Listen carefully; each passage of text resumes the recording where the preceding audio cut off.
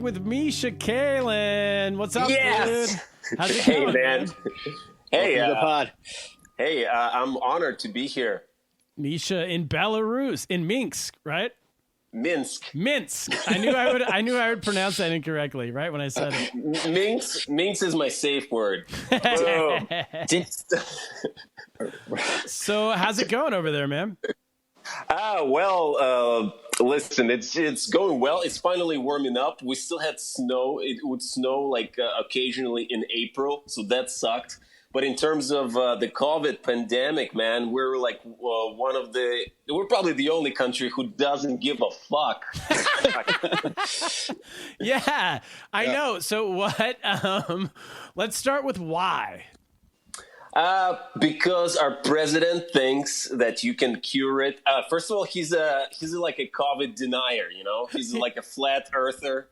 And he thinks that as long as you go out and you go out into the field and drive a tractor and you work and you play ice hockey and pet cute animals, you're going to be healed. And I swear to God, this is like direct quote basically. I'm paraphrasing, but this is literally what he said. Oh, yeah, I believe it. We read one of his stories on the podcast a couple weeks ago. Or the big headline was that he believed saunas and vodka. Yeah. Was the cure. Yeah. Well, lots of people thought saunas, like Joe Rogan was saying that sauna might. Jimmy Schubert on our show a couple weeks ago agreed with the president of Belarus. And what did he do? Did he have free saunas for people? Like, could everyone come to a sauna for free, let poor people in, everybody? A lot of people have saunas, you know, who live in the countryside, and we have like public saunas, which is, you know, obviously a terrible idea.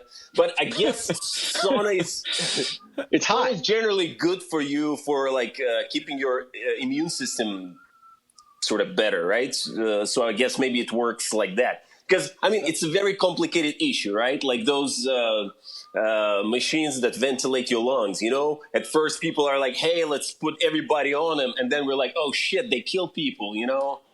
And then it's like masks, they save you, right? But if you wear a mask for too long, it's got a bunch of germs and you're more likely to get sick. You know what I mean? Yeah, well, that's what they say. They were telling us a month ago or 2 months ago not to wear masks. They're like, absolutely do not. And then they just flipped. Yep. And they're like, now everyone needs one. Well, they were saying that that we were taking them from healthcare workers who needed them, and we didn't need them. It didn't prevent. And they realized, oh, whoops, it actually helped. Also.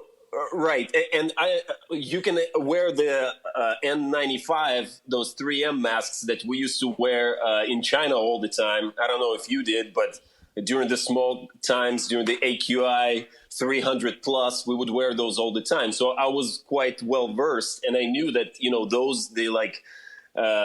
basically all the tiny particles do not come through. So those might protect you from the virus actually going in. But those other just cloth masks, they just kind of protect others from your spit and everything. But hey, in Belarus, nobody wears anything. Yeah. Is that true? No one wears a mask? I mean, like 20% of the people. You go out into the street, and honestly, when it was like 150 people infected, more people wore them than now it's like 15,000. And everybody's like, we're just going to fucking die, whatever. And what about the vodka? Was everyone taking up his advice and getting drunk, or is it just normal? Yeah, but that's like nothing has changed. You know, Belarus, if you look at the countries who drink the most, we are always tied with Moldova for number one. Moldova? Is that even a country still? That's a country. Yeah, it's a country. I mean, there's a part of it that's still like part of the Soviet Union. That's what I was thinking, yeah. Yeah. So it's complicated, but yeah, for sure. So what is daily life like? Is it just exactly the same as before?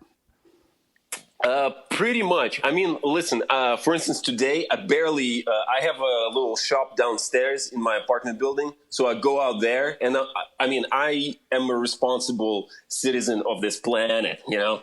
So I do my part, you know, but I do have to go out because my ex-wife, who's a great friend of mine, you know, but she's a teacher and now she has to teach remotely. So I have to babysit. She's got like a 3-year-old baby. Toddler, whatever. Is that your baby? No, but she's my goddaughter. But and also my son, who's 12 now, by the way. And but he's giant. Turner saw him when he was like also tiny, like I knew him when he was like 2, 3, 4, 5 years old. Yeah, exactly. Now he's 12. He's like a skater and everything, Yeah. So what's he doing? Is he in school or is school canceled? No, school. Some schools they force you to go to school. Our school force you to go to school. I swear to God. Yeah. And I'm moving to Belarus. Many people do that. Do you guys have a right of return? Because the Kaplans turn. I don't know if you know this. Belarus is where I'm from. Oh, for real? Well, it wasn't called Belarus then, though. It was before it was a country, but that area of the world. Right. That's where the Kaplinskis are for. Yeah, so maybe I could come back there. I don't know. It wasn't in Minsk. I don't know what town we were from, but I got to look that up. But maybe we can come. Yeah, because I'll go anywhere to put the kids in school. That's my point. I got to get out of my house. Hey, you got to come for like the soul searching. Adam Levinson, he did that in Ukraine. He's been on our podcast. The Adam Van Levinson, the author. Yeah. So do that thing that he did. We had a lot of fun in Odessa. So you can do the same. I'll show you around, man. Nice. If we're not all dead and everything. It's like the only place in the world where you can go to like bars, right? I mean, is there anywhere else? Right now, the best nightlife in the entire world. Yeah. But listen, it's getting pretty dire because I think as of this week or like late last week, we started breaking some records. But listen, officially, our death statistic is very low. Oh, that's all that matters. That's good. Official. Official. I go by the official numbers, not the fake news. Yeah. Well, who knows? The official sort of story is that we test so damn much, and that's why the numbers are high, But the death rate is low. It's like 100 people.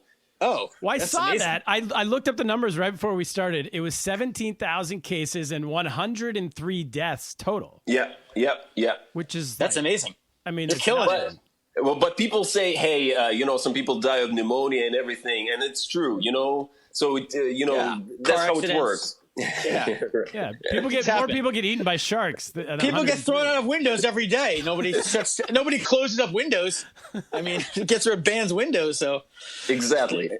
So what do the people think? Like, do people believe this idea that there's only 103 and that it's not a big deal? Or are people like masking up? Oh, you said that people aren't masking mostly. Yeah. Well, I mean, if you sit in the progressive part of Twitter verse of Belarus. Belarus has a progressive Twitterverse? Yes. It's like three people. I'm done. Yeah. I'm not moving. Yeah. But listen, it's the same as, they're kind of like the Democratic Party in the United States, So they're very militant, and if they see you without a mask, they'd be like, hey, where's your mask? These people, right? Oh, yeah, so they're at home. Yeah, so, but those are the sort of IT people who work remotely and they don't really give a shit, The IT people. Yeah, because Belarus is called, if you didn't know, it's the IT nation. Oh, what? Really? I thought that was for Europe or for Eastern Europe or? Yeah, but it's mainly outsourcing. So Silicon Valley is outsourcing all their engineering work to Belarus and other Eastern European countries. So they're not doing like anything India. in Silicon Valley. Because it's expensive. Come on, An engineer, you got to pay him like $300,000 a year minimum. Maybe two or 300,000. Here, you can get the same quality of work for $50K, and the person's going to be super happy. Yeah, and that's a good living, right? $50K is amazing living. My apartment is amazing, and I pay $500 a month, dude.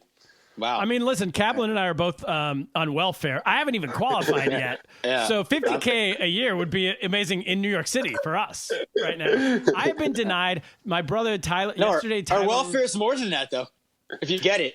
If you can get it, yeah. If you get it. It's like $66K a year if you add it up. Yesterday, Tyler Sparks was talking to me. He's like, hey, we need to go in. I found a house down the street. We can go in and buy it together. I'm like, how can I qualify for a housing loan? I can't even qualify for welfare. Yeah. Dude, at least you're living your dream, because I'm still I'm a sales guy, like I do sales for a startup, that's for a comedian. It's kind of fun. For a comedian, it's fun. If I wasn't a comedian, I would think it sucks. So can you do comedy right now? No, Okay. That's where they drew the line. No comedy. Everything else goes. All the masks.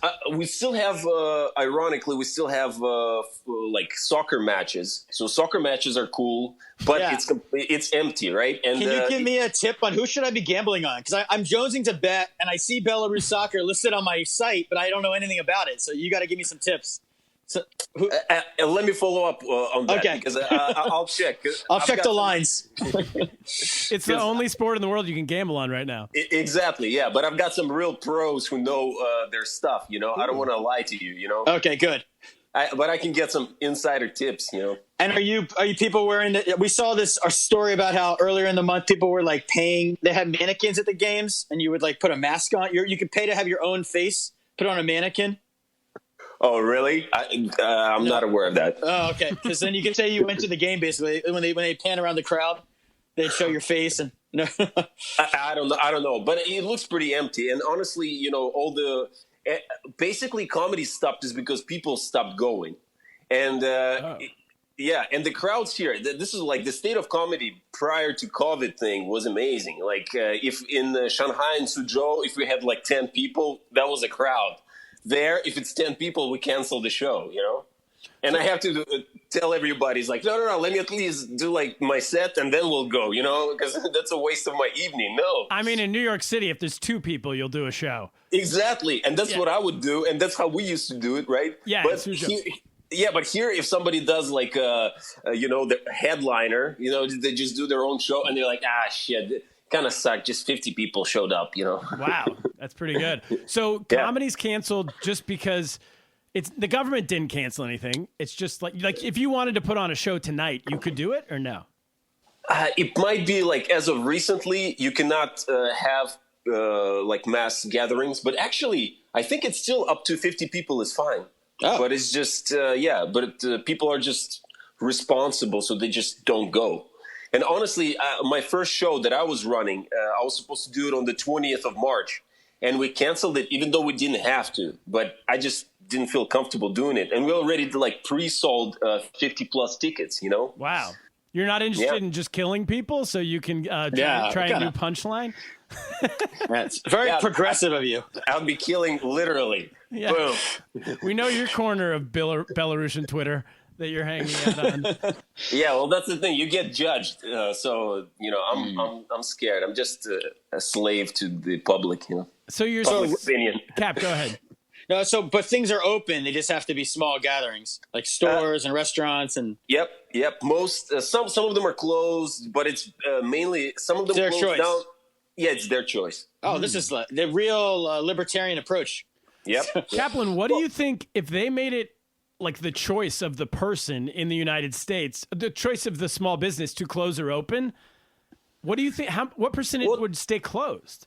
Well, that's the thing. Everyone wants to reopen, and we have all these protests here. I don't know if you've seen, but a lot of them they could open, but they won't have any customers. Like most people don't want to go.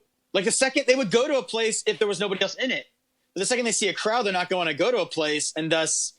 I think a lot of places would stay closed because they're not going to be able to make money. I'm going to say the opposite. I say that the second you give small businesses a chance to reopen, 100% are reopening. It depends on what they would want to reopen, but I just don't know. They might go out of business. I mean, I've seen places are going out of business. Kaplan, can I tell you? I have on good authority that there are currently women's hairdressers around the United States right now that are opening. And they're doing speakeasy style. They're they're putting newspaper. Well, that's because that's a high. Women need haircuts. They're putting newspaper over their windows saying closed, and then they have a back door, and you can go in the back door. This is how Misha and I used to have to do comedy in Suzhou. So there's no one knows about it. You enter through the back door. They email you directly and say like, "Hey, we're gonna be.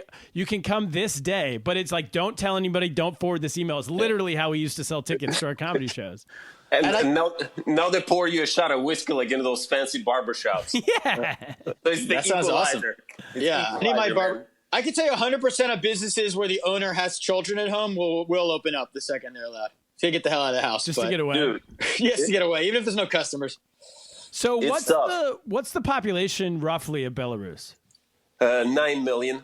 9 million and 17,000 cases. I mean, that's not a lot, but it's a reported case. But it's, exactly. And we do a lot of testing. Supposedly we do way more testing per whatever than in the U.S., I think. Because in the U.S. for a while, you had a real problem with testing, right? Yeah, they wouldn't even do it. They couldn't even get them. But now we're climbing. I mean, New York's gotten it together. We do a lot of testing in New York. I don't know about the rest of the country, but it's state by state. Yeah. So that's another question. Is this the real issue in America right now is that nothing's being decided for the whole nation. Every state just decides what they want to do. And as you know, having lived here, there's nothing blocking anyone from walking from one state to the next state to the next state. So it's never ending. Is Belarus, well, there's no real restrictions, but would they be nationwide if there was anything? Right. But honestly, Belarus is not densely populated. Like, I kind of see what they're getting at, because I can go outside in the evening and not see anybody. Like, social distancing is real easy because it's just our streets are huge. It's like those wide sort of avenues and everything. It's not like China that you like at 4 a.m. The streets are bustling. You have to jump over a baby. There's some grandma with her vegetables. You know what I'm talking about, right? Yeah.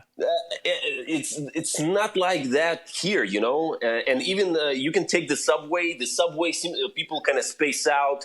So, you know, you can theoretically, like, you put on a mask, have gloves on, and ride the subway for a few stops. I mean, it doesn't seem like it's that big of a deal. And you live in the middle of the major city, right?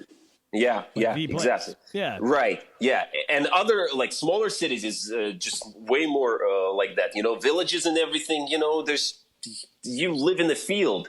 And it's kind of like when I lived in the South. I lived in Arkansas. I mean, I don't see how you can quarantine there, because all the towns there is just a crossroad, and it's like Sonic, Burger King, Wendy's, and then like people just live all over the fucking forest and shit, you know, and just drive away. That's America, right? So what's the point, you know? Right. The bigger problem is the cities in America. Yeah. Right. Exactly. Yeah. And that's why there's such a divide. What people think we should do in America. If you live out in the middle of nowhere, you're like, we need to reopen back up. It's insane that I'm closing my hairdresser in the middle of the forest. Exactly. But if you're in the middle of New York City, you're like, you think those people are crazy. You know? Yeah, exactly. So what because, you know, like, economies around the world are getting decimated right now because they're closed, but Belarus isn't closed. Are you guys climbing? Is there any reports on like how it's doing compared to the rest of the world? It doesn't matter, because we don't do shit. Our economy is basically, we get a cut of Russia's economy, and that's it. They give us some oil and we resell it. They give you a cut. Yeah. They basically, and their economy is all oil based. So they just take the oil out of the ground, they sell it, and they give us some of that cash. Well, that's not great for right now. That's not good right now. Yeah, it's kind of a bad time to be in the oil game. Yeah, it's true. Yeah. So we're all fucked. Do they give you barrels to store in your backyard to try to get the price? Hey, I looked into the thing, and it's not like oil is free. It's just the money is an illusion. Is that pretty much the conclusion? That oil is free. Yeah, that is 100% true. So you can get gas, and it's like, is gas any cheaper? Because gas is not getting any cheaper. In America, it's way cheaper. Yeah, I mean, at least where I am, it's under $2 a gallon here, which I don't know how that translates, but that's really cheap. It used to be like $4 a gallon, and now it's less than half. It's less than half what it used to be. Well, we are getting screwed, because before that, 2 rubles, $1 was 2 rubles. Now it's 2.5. So yeah. So we should go to Belarus. Another reason. Yeah, if you've got a bunch of, I can throw my kids in school. I can go to a soccer game. I can sauna.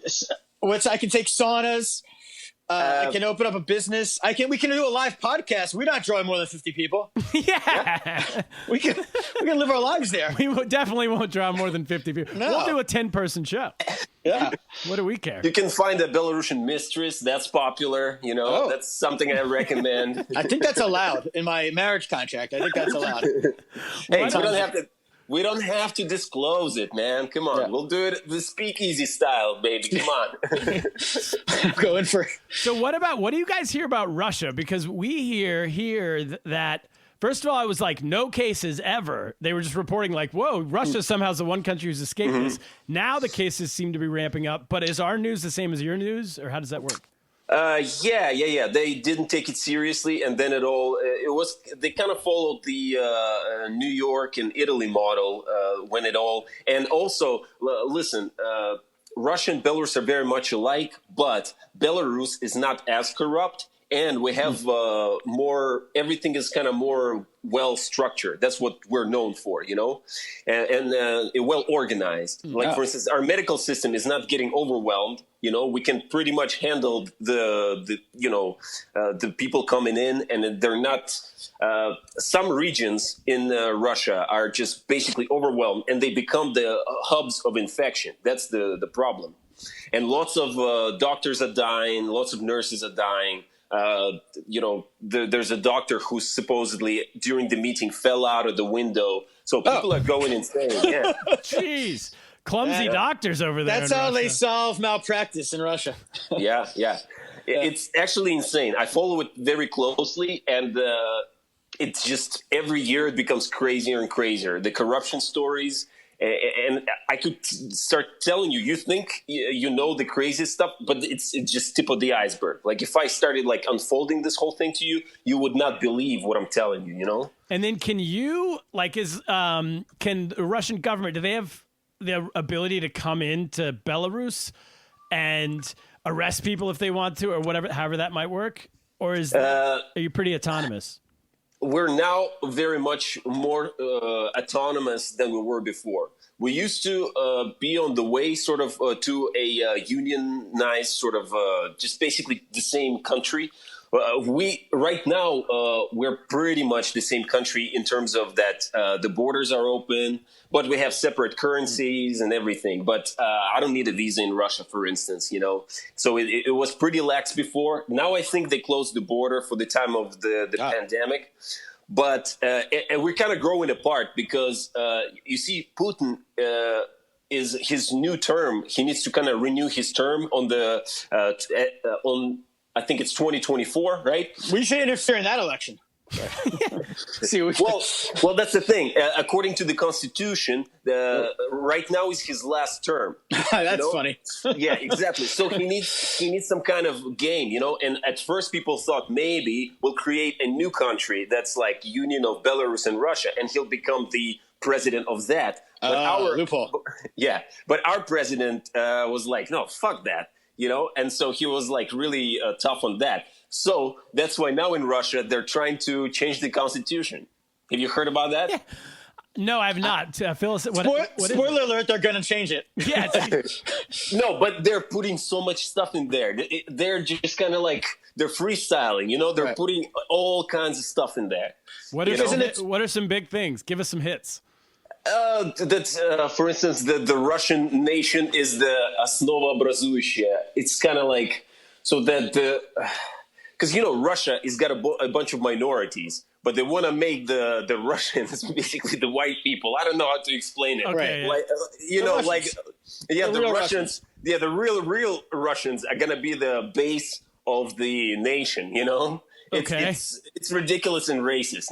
Yeah. And then that constitution basically declares it kind of restarts his count of presidencies. So now he's on his fourth term or something like that, and it just kind of because he was didn't he originally he was the president, and then he actually honored he went to be prime ministers in the 2000s. Medvedev. He's had a puppet, and then he came back, but now he's got even more brazens. Right? That's how I understand it. Well, now he's afraid. Basically, he's afraid to give power because as soon as he gives power to somebody else, who knows what they're gonna do? He's afraid of what the people are gonna do with him. What about Because what do they tell you, or what? Not you, but what do they tell? What did it say in the press about where this started? Because there was a thing. Obviously, it started in Wuhan, but who started it? For a while, China was trying to say the U.S. military started it, and then go ahead. Well, basically, when you listen to, I don't do it, but if you just watch the national TV, it's kind of like Alex Jones, basically. It's crazy. That's your official TV station. Yeah. If you think so, it's conspiracy TV. Well, yeah, but it's all propaganda, and they just make shit up on the spot, man. And it sounds as crazy as Alex Jones, What are some of the better theories that they got? Well, they always blame. All their news is how America is trying to undermine our sovereignty, and then Ukraine, and they always focus on Ukraine. The Ukraine are fascists and blah blah blah blah blah, and then America is trying to sabotage us and everything. So.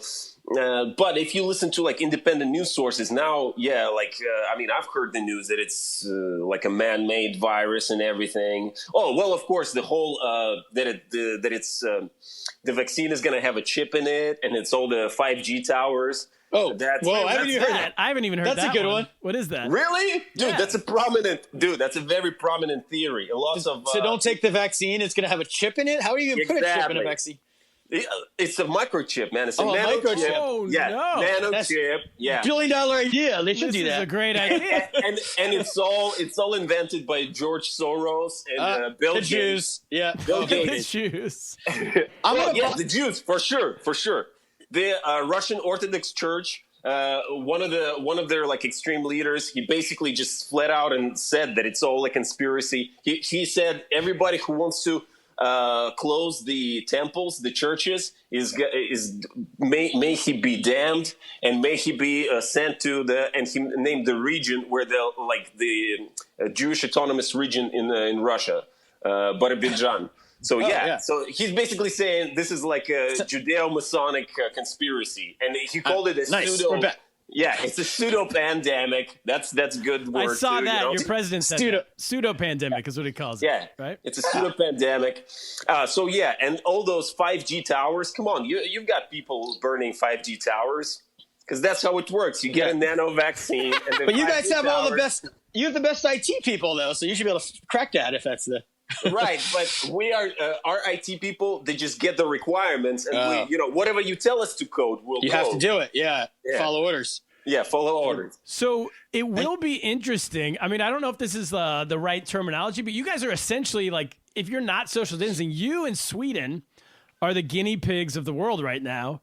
Just what happens if we do nothing? Yeah. Are you annoyed, by the way, that you don't get any respect? Sweden gets all the headlines in America as a country doesn't do anything. Yeah, but they don't no one's talking about Belarus. Oh, it's only us. We're the only outlet. Very Russian phobic. Yeah, you guys. I'm glad we're under the radar because if they start translating his speeches, then Trump is going to be the intellectual. You know? Yeah. Well, so your president doesn't like Putin, but he also is in his own way very similar. Is that or no? He's kind of wise in his own ways, but imagine he used to run a collective farm, you know? So he's like a farmer, like a wise farmer, and he's got kind of a way about him, you know? Where have I heard this? A farmer becomes president. Where have I heard this before? What could go wrong? Yeah, exactly. So I don't know. I mean, if you like mediocrity and you like shitty life, Belarus is that's a great campaign ad. Yeah, it's the country for you. You know, it's basically a place where they called poverty middle class, and people are happy. If you make $500 a month, you're considered well-to-do. And it's not like the stuff is super cheap, you know? I mean, stuff in America, there's nothing cheaper than Walmart in America. I'm telling you. In Arkansas. And that's the cheapest stuff. Yeah. Walmart in Arkansas or Sam's Club. I think it's the cheapest stuff you can find on the planet, dude. It's cheaper than Belarus. What were you doing in Arkansas, by the way? You were. I went to a Christian school. With Drew Freilich. Oh, interesting. Yeah. Okay. That's a whole other topic, but yeah. Baptist, was that correct? Baptist? Church of Christ. Church of Christ. Yeah. Yeah, not of Latter-day Saints. But no. Current day saints. Yeah, the current day. Yeah, we're the current day saints. Current day saints. Much more. All right, well, that's for next podcast. We're going to go into that. Yeah. But yeah. Are you guys having a military parade in a couple of days? Dude, I was just going to say that because that's the craziest stuff. Because we're fired up for that. We're excited. Exactly. We want to watch. How do we watch? Dude, seriously, man, we're going to have the fucking parade, man. That means just flooded. The streets usually are flooded with people, man. In your town, in Minsk? Yeah, in the capital. And I hope nobody shows up, man. I don't know how they're going to do it. Maybe they're going to all space them out. I don't know. I don't know. Because, listen, it's for the, the veterans of the World War II, right? I mean, They're like 100 years old. They're like the top of their... they should not be... Yeah, those. If anyone who's alive still, who's a vet from World War II, should not be out in the public with a lot of people. Those are the number one... Yeah. I mean, or not even Irish... If they are out in the public, they should have a lot of vodka in them to make sure they don't get it. Right? They should put them all in a sauna to honor the vets. That's the way. They have like a portable sauna. They're gonna just parade it down the main avenue. So the greatest Belarus generation is invincible. So what are the conversations like this, like with your friends out? I mean, do you guys go to coffee shops and you sit around and talk about how crazy this is? Or do you have friends who are on the side? Is it split? Like, do you have friends who are like, no, this is the right thing to do, Yeah. I mean, first of all, when you go outside, and sometimes I do, and just kind of like observe people around, a lot of them are like shaking hands, and you see a lot of that around, very few people. And, they look progressive. They look like hipsterish and everything. They look like they, invented rock and roll. I don't know. Invented rock and roll. Yeah, you see some cool person, you're like, are you dumb? Are you, why am I wearing a mask? Are you not aware of what's going on? And listen, I understand when it was like 150 people, I was also like, I was wearing a mask, but I was like, it's 100 people. But then it's like 1,000, I'm panicking. And then it's like 5,000, now it's 17,000, And it's now they're adding like almost 1,000 a day. And there's no plateau in sight. Yeah. So I'm panicking, now I'm not going out at all. But if like I look outside, people seem to be having fun, Well, we've talked about this before in the podcast. The weirdest phenomenon that we've had over this whole thing is when like Ye and I quarantined on March 10th, I think, for about 10 days to 2 weeks. And then you assume when you're inside your house all the time, you assume everyone else is too. And then you go out on the street, and it's like the craziest mind warp to be like, wait, none of these people care? I thought everyone cared. Yeah. Well, dude, how is it in the States? Like in New York City, if you go out on the street, a lot of people are not wearing masks. Is that? I mean, Kaplan's there right now. No, it depends. It probably depends on your neighborhood. Like in my neighborhood, most people are wearing masks. I heard somebody told me yesterday they drove through Harlem and like nobody was wearing masks. She also told me that in her neighborhood in Astoria, which is kind of like, to explain it, she said it's a kind of Trumpy kind of neighborhood. Nobody wears masks there either. Trumpy neighborhood. So it's like a combination of like, it's like basically the white people who are like progressively, the same people you're describing, they're all wearing masks. And like, but everyone else is like sort of hit or miss. Some are, some aren't. The police are going around though now and handing out masks. And like they can't make you wear them, but they sort of guilt you into wearing them. So there's that. But see, in Russia, they didn't take it seriously, and then they created this quarantine, and it's kind of harsh, And now you see videos of cops just attacking people. Yeah, I want to watch those videos. Yeah, dude, check it out. There's one, a really good one, a SWAT team. 5 people with like Kalashnikovs and shit attacking a fisherman, and all fishermen is running. Awesome. I swear to God. I've been saying for 2 months now on this podcast that I think that if you want to get everyone inside in America, in New York City, you drive up to a basketball game and the cops just shoot 5 people. That's all. Just shoot 5. Everyone will go inside and it'll be over. I don't think you understand how a free society works. Listen, you gotta. We're in unprecedented times, Kaplan. You gotta bend sometimes, Kaplan. Yeah. I mean, Misha. Last 5 minutes though, because I know you have to run, but I want to ask you about the stand-up scene, and how it's going for you as a comedian in Belarus. Because you started with us, and we all started together in China. You were doing comedy almost every day, but you were doing it in English, and then you went back and started doing it in your mother language. How was that? It was a switch, Basically, I became all of a sudden not so good.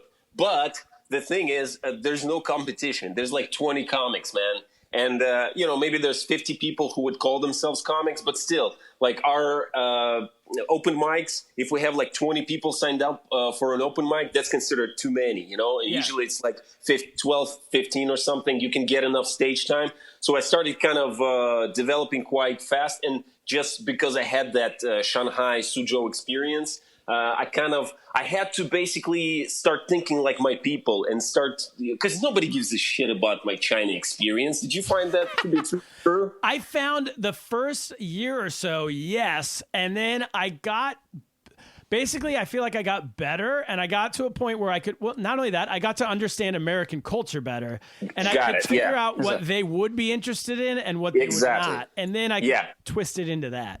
Yeah, but remember like a joke about IE that would kill in Shanghai? Because here they don't care. They'd be like, and if you say that you had like a lady, like a cleaning lady, they're like, "Fuck you." Well, that's the other thing. Like making fun of your maid is like a big part of comedy in China. Oh yeah, but in America, you can't do that because it's like, well, you have a maid. Crazy. Yeah, well, it depends where you do it, I guess. I mean, Kaplan. Yeah, it depends on where you do it. Yeah, but it's like real bourgeois, right? And in China, it was just a normal thing. And we all felt good about it because we're employing somebody, right? And we're nice to them and everything. Well, we were just trying to get a laugh any way we could. That's how I feel. And Turner makes fun of me for having a cleaning person in it. But honestly, right before COVID, the infrastructure, like the 2019 was really great. We had... you can go to like 2 or 3 sometimes open mics a night, and you can have shows.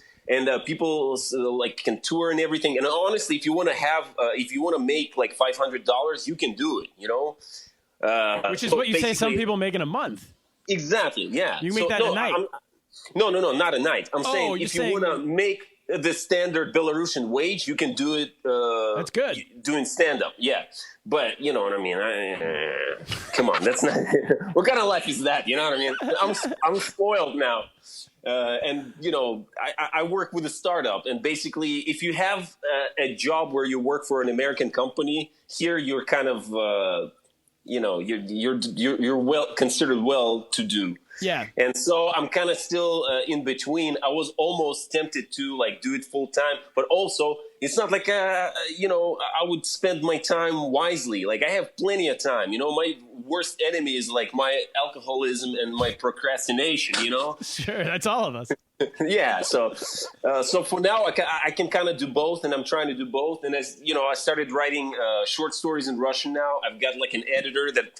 I'm doing a lot of like content creation and everything. And the good thing is not a lot of people doing it. And the people who are doing it, some of them are not very good. Like I so wanted you to kind of see it, and I wanted to like look at it through your or like Andy's eyes, because I hope you would see it the way I see it too. There's a lot of hack, a lot of people who, comedy here is like what 18 to 25-year-olds do. So it's a completely different vibe, Yeah. Okay.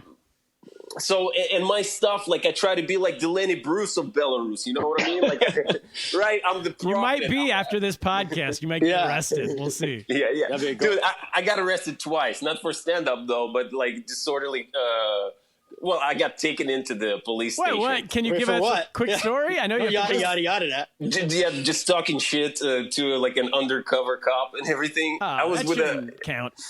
But I was doing kind of like my stand-up thing, and he didn't think it was funny. Wait, you were on stage? No, I wasn't. I was in this. I basically started. I was with a friend, right? And my friend was sitting on the ground. We're kind of drunk and everything, and we're in this like public place, but you can drink there. And this guy just comes and starts telling her to get up and everything. And I go, "Who are you?" And he goes like, "Yeah, I'm undercover right now, but I'm actually a cop." And I'm like, "Dude, your job is to tell people to get up from the ground. Your life has no meaning." I was just talking shit like that.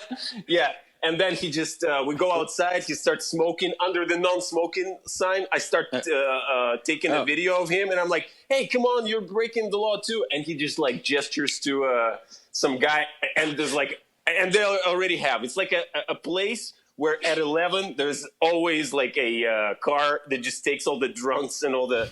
Nice. The drunk tank. Let's go, Cap. Yeah. I love this Belarus. This is the best. This sounds I'm fun. telling you. I'm so upset my family left. Dude, you should definitely come visit, and I'll show you that place. It's like it's an old Soviet place, and all the drunks of the town, they just come and drink there because it's like a public place. It's not a bar; it's more like a store. Are they Soviet style? And they're open right now. They're open, just like everything else. Yeah. Oh, now they're open. Yeah, sounds like a very safe environment. Heaven on earth. Yeah, it's heaven on earth. Sounds so amazing. Yeah, as soon as this shit comes back to normal, I'm gonna keep doing it. And listen, you get a following easy because like I've got some people who are interested in my stuff and they're kind of getting it, and I've got a few like-minded comics, so that's cool too. So we're kind of splitting up into cliques, but also we respect each other too. You know, if somebody from Moscow talks shit about Minsk, you're like, get the fuck out of here. Even though I don't like these people. Go back to Moscow. Yeah, go back to Moscow, you know? You provincial fools, you know? Who the fuck are you anyway? Fools. Yeah. So I love my people, but within ourselves, you know, amongst ourselves, we can kind of like squabble and shit, but, you know, I think it's normal. That's every scene. But it's a good thing, you know. That's why, you know, I feel like KFK was much better than the other scene in Shanghai, where everybody's like, "Oh, everybody's great. Everybody's." No, you're not great. Listen, we can say it now. We're long gone. They sucked. Yeah, what do I care? Our Kung Fu Comedy had the best club. We had the best scene. We also produce comedians who are still working around the world now, where the other one doesn't. Dude. They've all quit. So this is a conversation for like 3 people, but whatever. No, the rest of people don't know what we're talking about. But dude, this is so refreshing, man, because sometimes you can feel so isolated here, you know, because people, they think they know stand-up, you know. After 3 years, they already start headlining and everything, and some of them have never heard of like Lenny Bruce or Patrice O'Neill, or they all know Louis C.K., you know, even though I've never seen a good translation of Louis C.K. And in fact, when I watch him in Russian, I'm like, oh my God, he's vulgar and he's, you know, well, jerking off. Have you seen him jerking? Yeah, I was gonna say, does the jerking off in Russian? How does that? Yeah, how do you translate that? They were completely fine with it. It was funny that you tell that story and they're like, what's the problem? What did you do wrong? It's like, okay, but what did you do wrong, though? You know? Yeah, a cop was doing that at that bar. Gosh. All right, well, Misha, thank you, man. How do people? Hey, I have one question, real quick, because you didn't. I have FC Minsk is facing FC Gorodaya tomorrow in soccer. You can't give me. Who do I bet on? Do I go Minsk?